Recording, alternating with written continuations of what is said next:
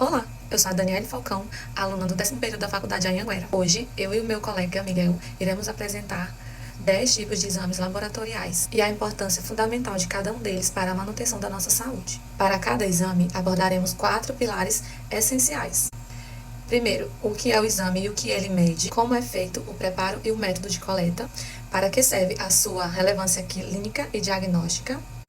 E por último, interpretação e valores de referência, como os resultados são avaliados. O primeiro exame que vamos abordar será o hemograma. O hemograma completo é um dos exames de sangue mais solicitados pelos médicos. Ele fornece uma análise quantitativa e qualitativa dos 3 principais componentes celulares do sangue.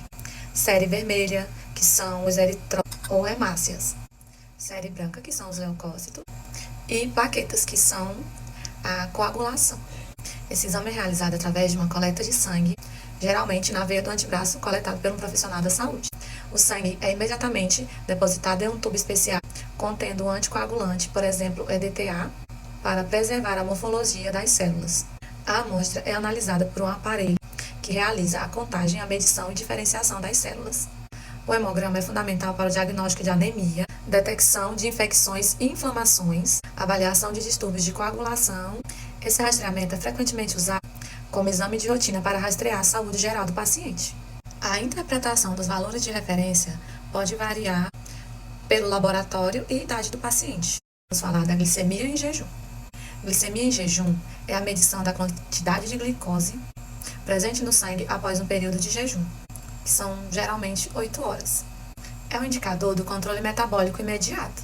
A hemoglobina glicada é um exame que reflete a medida dos níveis de glicose no sangue nos últimos 2 a 3 meses. Ela mede a quantidade de glicose que se ligou irreversivelmente à hemoglobina das hemácias. Para o exame de glicemia em jejum, o paciente deve estar em um jejum rigoroso de 8 a 12 horas, podendo tomar água nesse meio período. O exame é feito através de coleta de sangue venoso simples. A análise é feita nas hemácias, medindo a proporção de hemoglobina glicada em relação à hemoglobina total. Este exame serve para o rastreamento e diagnóstico de diabetes mellitus e pré-diabetes, monitoramento do controle glicêmico em curto prazo, hemoglobina glicada e avaliação do controle glicêmico a longo prazo em pacientes já diagnosticados com diabetes. Ajuda a determinar a eficácia do tratamento instituído nos últimos meses. A interpretação dos valores de referência podem variar ligeiramente de um laboratório para outro. Agora, iremos falar do lipidograma. O lipidograma é um conjunto de exames que avalia as gorduras presentes no sangue. Ele é crucial para a avaliação do risco cardiovascular do paciente. Os principais componentes analisados são colesterol total, colesterol HDL, LDL e triglicerídeos. O preparo geralmente requer um jejum de 12 a 14 horas. É realizada uma coleta de sangue venoso. Para análise, o soro é separado e analisado por métodos bioquímicos para quantificar cada tipo de lipídio. O lipidograma é essencial para a avaliação do risco cardiovascular, diagnóstico de dislipidemias e monitoramento de tratamento, como acompanhar a eficácia de dietas, exercícios ou medicamentos hipolipemiantes, que reduzem as gorduras. A interpretação e valores de referência podem variar conforme diretrizes e idade do paciente. O próximo exame é ureia e creatinina. Ureia e creatinina são marcadores bioquímicos essenciais para avaliar a função renal. Eles são produtos do metabolismo proteico que deve ser filtrado e excretados eficientemente pelo rins. A ureia é o principal produto final do metabolismo das proteínas do corpo. A creatinina é um produto de degradação muscular, cuja concentração no sangue está relacionada diretamente à massa muscular do indivíduo e à eficiência da filtração renal. Para o preparo desse exame, geralmente não é necessário jejum, feito através de coleta de sangue venoso simples. Logo após a coleta, o soro é analisado por métodos colorimétricos ou enzimáticos para quantificar os níveis de ureia e creatinina. Esses exames são vitais para a avaliação da função renal, diagnóstico de insuficiência renal, monitoramento de doenças crônicas, avaliação do estado nutricional e hidratação. Interpretação e valores de referência podem variar conforme a idade e a massa muscular. Muitas vezes, os resultados de ureia e creatinina são usados para calcular a taxa de filtração glomerular estimada, que é o melhor indicador da função renal.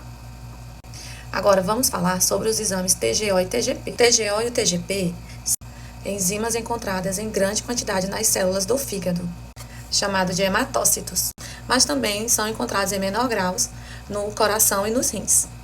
Por isso são conhecidas como enzimas hepáticas. Para o preparo, geralmente não há necessidade de jejum.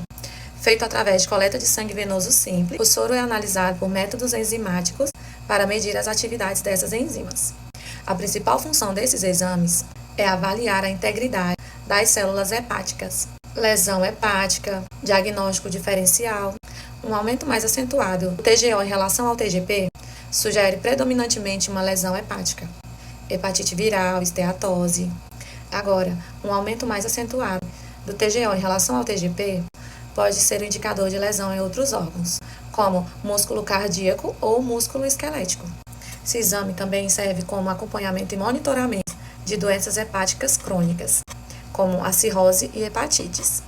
Olá, meu nome é Miguel Souza Nascimento, sou estudante do 10º período de farmácia da Faculdade Anhanguera. Dando continuidade aos exames, vou falar sobre o TSH e T4 livre. Estes exames avaliam a função da glândula tireoides, que regula o metabolismo do corpo. O TSH é o principal regulador da tireoide. Ele ordena que a tireoide produza seus hormônios. Já o T4 livre é a forma ativa do hormônio tireoidiano, que circula no sangue e está disponível para as células. No preparo, geralmente não é necessário jejum para o TSH e T4 livre. Coleta de sangue venosa simples. O soro é analisado por métodos imunológicos para medir as concentrações hormonais. Estes exames são fundamentais para diagnosticar e monitorar distúrbios da tireoide, tipo hipotireoidismo, tireoide hipofuncionante, caracterizado por TSH alta. A hipófise tenta estimular mais a tireoide, o T4 livre baixo. O hipertireoidismo tireoide hiperfuncionante, caracterizado por TSH baixo. A hipófise é inibida pela alta produção hormonal e T4 livre alto. O monitoramento de tratamento é avaliar se a dose de reposição hormonal levotiroxina está adequada em paciente em tratamento. A interpretação de valores de referência pode variar significativamente entre laboratórios. Agora irei falar sobre o exame de ácido úrico. O ácido úrico é um produto final do metabolismo da aspirina, substância encontrada naturalmente em muitas células do corpo e em diversos alimentos, como a carne vermelha, frutos do mar e bebida alcoólica. Ele é transportado pelo sangue até os rins para ser excretado na urina. O preparo desse exame geralmente não é necessário estar em jejum, mas o laboratório pode pedir para evitar o consumo de bebida alcoólica ou alimentos ricos em purina nas 24 horas anteriores ao exame. Coletar o sangue venoso simples. O soro é analisado por método enzimático. Este exame é solicitado principalmente para diagnóstico de gota, avaliação de risco renal e monitoramento de tratamento. Agora irei falar sobre o exame de urina e urocultura. Estes são dois exames complementares que avaliam a saúde do trato urinário e a função renal. O exame de urina EAS é a análise física-química e microscópica de uma amostra de urina para detectar a presença de células, cristais, proteínas, sangue, glicose ou micro-organismo. O exame orocultura é um exame microbiológico que visa identificar e quantificar bactérias presentes na urina, confirmando ou descartando uma infecção do trato urinário. Para o preparo, o paciente deve realizar a coleta do jato médio e coletar a urina que sai no meio do fluxo, em um recipiente estéril fornecido pelo laboratório. A amostra deve ser entregue ao laboratório rapidamente, idealmente em até 1 hora, ou refrigerada se o tempo for maior. A urina é analisada em 3 frentes: físico-química, microscópica e urocultura. O exame de urina serve para rastreamento de infecções urinárias, avaliação de doença renal, detecção de diabetes, avaliação de cálculos renais e uroculturas.